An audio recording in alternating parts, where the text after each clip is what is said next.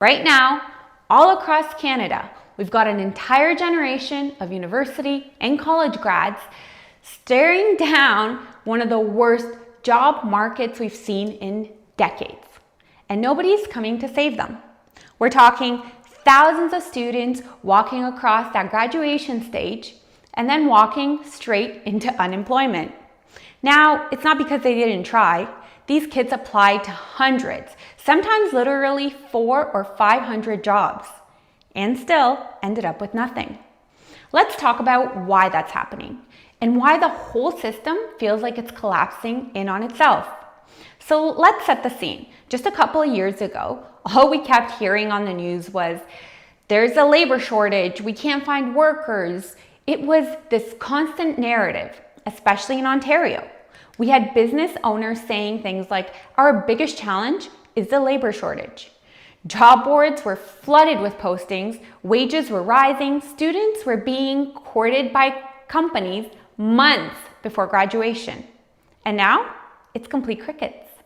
Young Canadians are coming out of school with degrees in everything from engineering to health sciences, and they're getting ghosted by the entire economy. We're seeing rejection after rejection for entry-level jobs that supposedly required 0 to 1 years of experience, but somehow go to people who have 5. Make it make sense. Let's bring in some hard numbers for a second. The unemployment rate for post-secondary grads under 25 in Canada is now sitting at over 11%. That's the highest it's been outside of the pandemic since the 1990s.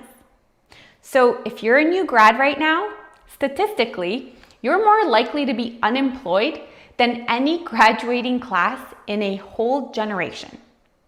This isn't just bad luck, it's a systemic failure. And it's happening quite quickly.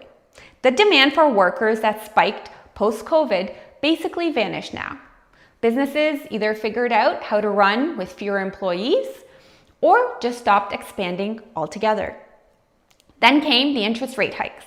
The Bank of Canada kept rising interest rates to tackle inflation, which cooled spending, slowed growth, and spooked employers into freezing hires. The ripple effects of that is fewer job openings, less willingness to take a chance on someone new, less entry-level anything.